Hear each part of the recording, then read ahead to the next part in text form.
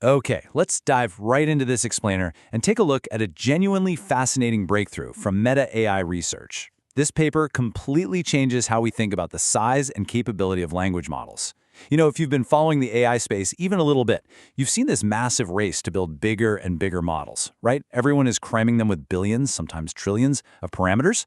But this research paper, titled Toolformer, Language Models Can Teach Themselves to Use Tools, proposes a brilliant alternative. What if, instead of trying to make an AI memorize the entire internet, we just let it learn to use a search engine or a calculator, exactly like we do? Today, we're going to unpack this paper as a whiteboard lesson, exploring exactly how these researchers pulled this off and why it might just represent the whole future of artificial intelligence. So let's kick things off with Section 1, the language model paradox. To really appreciate this solution, we have to look at a massive and honestly kind of funny paradox in the AI landscape right now. We have these massive models that can write beautifully structured code, draft complex essays, and literally mimic Shakespeare. Yet, despite their immense scale, today's language models lack basic arithmetic skills. They hallucinate facts, and they have absolutely zero awareness of the progression of time. I mean, if you've ever asked a chatbot a basic math question and gotten a highly confident but completely wrong answer, you have experienced this blind spot firsthand.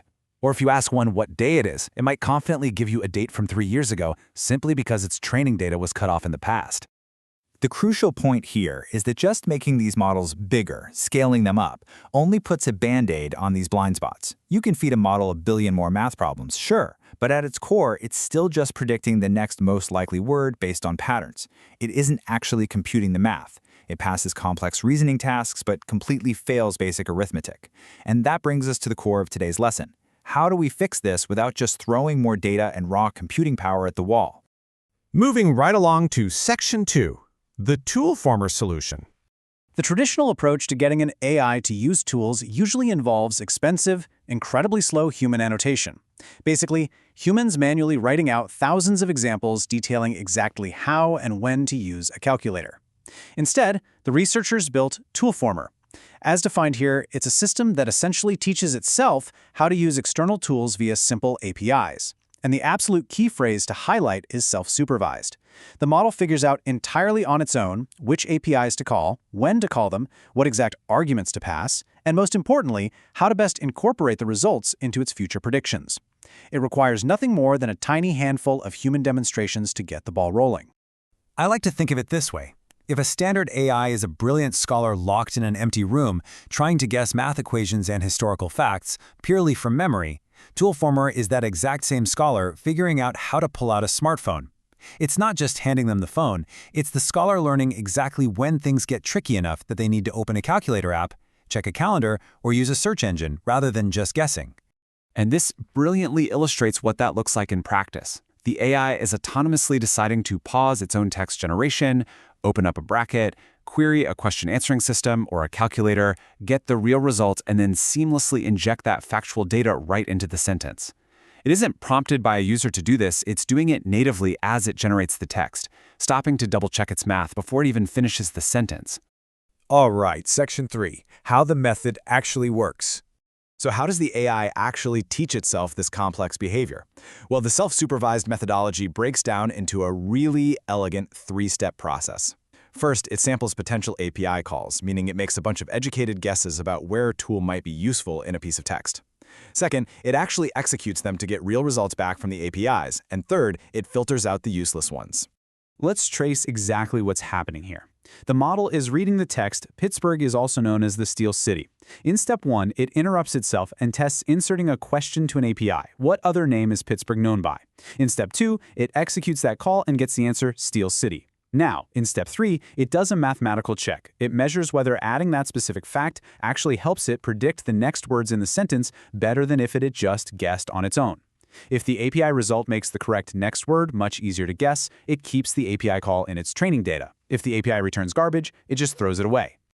Now, you might hear this described in machine learning papers with lots of complex equations, so let's translate the jargon. When researchers say they filter based on a self-supervised loss, they simply mean the AI keeps only the API calls that legitimately improve its factual accuracy. If checking Wikipedia makes the model 90% sure the next word is steel instead of only 40% sure, then that API call reduced the loss and is saved as a prime example of good tool usage. It then trains itself on all these successful examples. Let's make this concrete in Section 4, Real-World API Examples. First up, let's look at math. A traditional language model will often look at a phrase like 400 out of 1400 and confidently guess something like 35%. It fails basic arithmetic because, again, it's just predicting plausible-sounding numbers. Toolformer, on the other hand, successfully writes a command to a Python-based calculator tool. Bracket, calculator, 400 divided by 1400. It gets the exact result, 0.29, and correctly outputs 29%. No guessing required. Second, consider the notorious problem of factual hallucinations. When asked about a specific obscure law, a traditional model might just invent a plausible-sounding legal definition out of thin air. Toolformer pauses to run a Wikipedia search via a retrieval system. You can see it generating the query Brown Act, extracting the exact definition directly from the encyclopedia, and then using that retrieved text to finish its thought accurately. It completely cures the hallucination. And finally, time. Because language models are notoriously frozen and time-based on when they were last trained, they struggle hard with prompts involving today or recent events. Toolformer solves this by simply checking a calendar API. By fetching the current date, in this specific training example, April 19, 2013, it grounds itself in reality, saving you the trouble of reminding it what year it is. Okay, Section 5, translating the results. Let's look at the numbers. So, the big question, does this self-taught tool usage actually let a small model compete against the heavyweights of the AI world? The data tells a true David versus Goliath story. The relatively tiny 6.7 billion parameter Toolformer absolutely crushes the massive 175 billion parameter GPT-3 on the ASDiv math benchmark.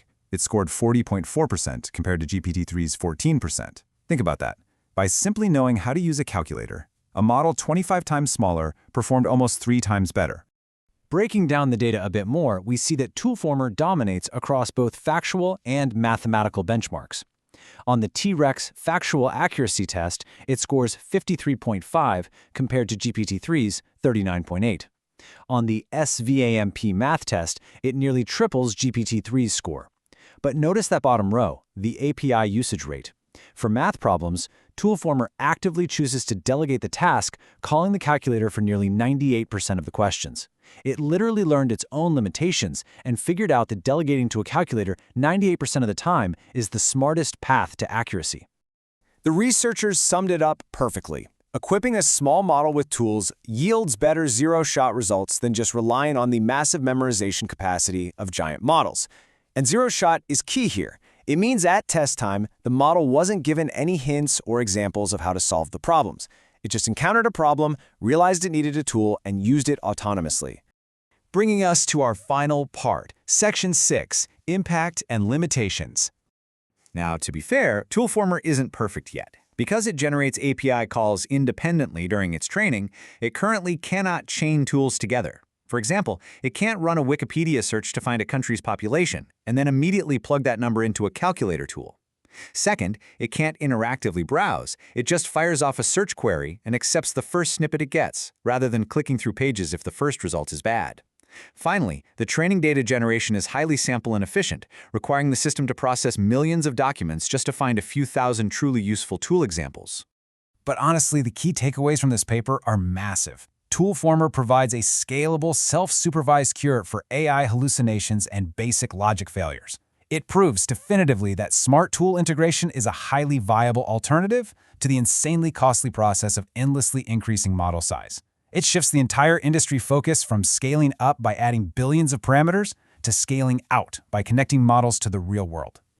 I want to leave you with a final thought to really spark your curiosity. We just saw that if you give an AI access to 5 simple tools, it completely levels the playing field against a 175 billion parameter giant. So what will the next generation of AI look like when it learns to autonomously chain tools together, write its own code, and interact with every single API on the web? The era of AI simply memorizing the world might be ending, and the era of AI actually interacting with the world has just begun.